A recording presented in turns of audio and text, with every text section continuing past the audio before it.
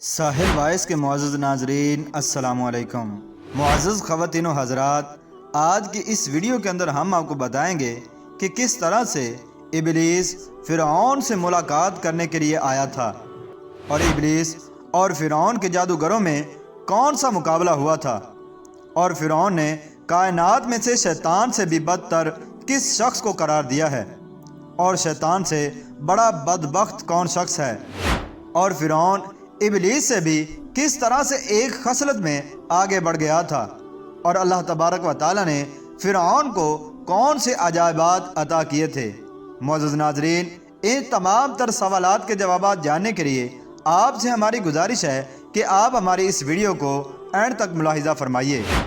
ناظرین گرامی، کتاب قلیوبی کے مصنف نے لکھا ہے کہ ایک دن ابلیس ملعون فرعون کے پاس آیا اور اس سے پوچھنے لگا کہ کیا تو مجھ کو پہچانتا ہے؟ فرعون نے جواب دیا، ہاں میں تجھ کو خوب پہچانتا ہوں، تیرے ہی بہکانے سے آدم اور حوا علیہ السلام جنت سے نکالے گئے تھے، اور تیرے ہی بہکانے سے قابیل نے حابیل کو مارا تھا، اور تیرے ہی بہکانے سے لوگوں نے حضرت نوح علیہ السلام کی نصیحتوں پر عمل نہ کیا تھا اور طوفان کے عذاب میں گرفتار ہو کر ہلاک ہو گئے تھے، اور تیرے ہی بہکانے سے نمرود نے حضرت ابراہیم علیہ السلام کو آگ کے اندر ڈال دیا تھا۔ ابلیس نے جواب دیا، خیر میں نے جو کچھ کیا سو کیا، مگر تم اپنی خیر مناؤ کہ تم مجھ سے بھی بڑھ چڑھ کر ہو۔ فرعون نے پوچھا کہ آخر میں کس طرح سے تجھ سے بڑھ چڑھ کر ہوں؟ ابلیس نے جواب دیا، دیکھو میں تم سے عمر میں بھی بڑا ہوں اور علم بھی زیادہ رکھتا ہوں، اور مجھے اللہ تبارک و تعالی نے قوت و طاقت بھی زیادہ عطا فرمائی ہے، مگر تمہاری طرح میں نے اس کی جرت نہ کی جس طرح کہ تم نے جرت کی ہے، اور تم ایک خصلت میں مجھ سے بھی بڑھ گئے ہو۔ تو فرعون بولا کہ آخر وہ کون سی خصلت ہے جس کی وجہ سے میں تجھ سے بھی بڑھ گیا ہوں؟ تو ابلیس کہنے لگا کہ تو نے خدائی کا دعویٰ کر کے اللہ تعالیٰ پر جرت کی ہے، حالانکہ میں عمر میں تجھ سے بڑا ہوں، علم و قوت اور طاقت بھی زیادہ رکھتا ہوں، مگر میں نے خدائی کا دعویٰ نہ کیا جو کہ تم نے کر دیا۔ شیطان کی یہ گفتگو سن کر فرعون کہنے لگا کہ تو نے سچ کہا ہے۔ چنانچہ پھر اس کے بعد فرعون نے ابلیس ملعون سے دریافت کیا کہ اچھا یہ تو بتاؤ کہ روئے زمین میں مجھ سے بھی زیادہ بدتر تم کسی شخص کو جانتے ہو یا نہیں؟ تو ابلیس نے جواب دیا کہ ہاں میں تجھ سے اور مجھ سے بھی زیادہ بدبخت اور بدتر شخص کو جانتا ہوں۔ وہ ایسا شخص ہے جس کے پاس اس کا بھائی عذر لے کر پیش ہو اور وہ اس سے معافی مانگے تو وہ اس کا عذر قبول نہ کرے اور اس کو معافی نہ دے، تو ایسا شخص مجھ سے اور تجھ سے بھی بڑھ کر بدتر ہے۔ چنانچہ پھر فرعون نے شیطان سے پوچھا کہ تو نے اپنے سے بھی بڑھ کر کسی شخص کو بدبخت پایا ہے یا پھر نہیں؟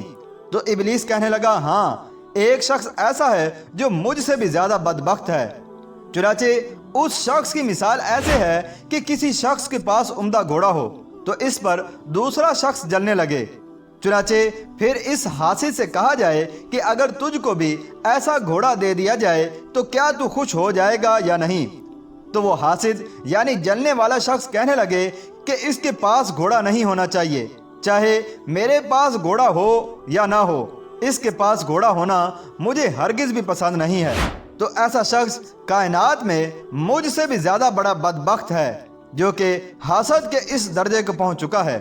چنانچہ پھر اس کے بعد ابلیس ملعون نے فرعون سے کہا کہ تو نے خدائی کا دعویٰ کیا ہے، اس کی دلیل کیا ہے؟ تو اس فرعون نے کہا کہ میرے پاس ہزاروں جادوگر ہیں جس کی وجہ سے میں اپنی خدائی کو ثابت کرتا ہوں۔ چنانچہ پھر شیطان نے کہا، اچھا اپنے ان جادوگروں کو میرے سامنے پیش کرو۔ چنانچہ فرعون نے ان سب جادوگروں کو جمع کیا اور انہیں ابلیس کے سامنے پیش کیا، اور پھر ان کو ابلیس کے سامنے اپنے جادو کے کرشمے دکھانے کا حکم دیا۔ چنانچہ انہوں نے اپنے جادو پھینکے، شیطان نے جواب میں ایک پھونک ماری تو ان کا سارا جادو ہبا منصورہ بن کر اڑ گیا۔ چنانچہ پھر اس کے بعد ابلیس نے جب دوبارہ پھونک ماری تو ان سے بھی زیادہ جادو کر کے ان کو دکھلایا، اور فرعون سے پوچھا کہ بتا ان کا جادو زیادہ زور کا ہے یا پھر میرا جادو ان سے بڑھ کر زور کا ہے؟ تو اس پر فرعون بولا، نہیں بلکہ تیرا جادو زیادہ زور کا ہے۔ تب اس پر ابلیس ملعون نے فرعون سے کہا کہ باوجود اس کے کہ میری یہ حالت ہے لیکن خدا نے مجھے اپنا بندہ بنانا بھی پسند نہیں کیا، اور تیری اور تیرے جادوگروں کی یہ حالت ہے تو خدا تعالیٰ تجھے اپنا شریک بنانا کیسے پسند کرے گا؟ چنانچہ شیطان کی یہ گفتگو سن کر فرعون کہنے لگا کہ تو نے سچ کہا ہے، اور میری یہ جرت واقعی بے جا ہے جس سے میں اب توبہ کرتا ہوں۔ مگر ابلیس تو پھر ابلیس ہی تھا، فوراً کہنے لگا کہ ٹھہر ابھی اس سے توبہ نہ کر، کیونکہ اہل مصر تیری خدائی کو تسلیم کر چکے ہیں۔ اب اگر تو توبہ کرے گا تو لوگ تیرے خلاف ہو کر تیرا ملک چھین لیں گے، اور یہ سلطنت تیرے ہاتھ سے جاتی رہے گی، اور تو دنیا کے اندر ذلیل و خوار ہو جائے گا۔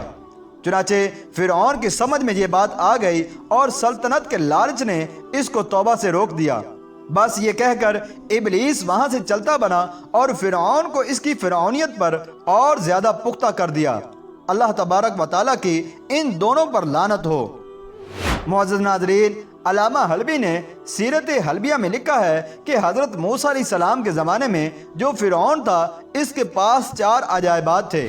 ایک تو اس کی داڑھی تھی جو 8 بالشت لمبی تھی اور بالکل ہی سبز رنگ کی تھی، جبکہ خود اس کا قد 7 بالشت تھا۔ اس طرح فرعون کی داڑھی خود فرعون سے 1 بالشت لمبی تھی۔ اسی طرح ایک فرعون کا گھوڑا تھا جو کہ ترکی گھوڑے کی طرح تھا۔ جب وہ پہاڑ پر چڑھتا تو اس کی اگلی ٹانگیں چھوٹی ہو جاتی تھیں اور پچھلی ٹانگیں لمبی ہو جاتی تھیں، اور جب نیچے اترتا تھا تو اس کا الٹا ہو جاتا تھا۔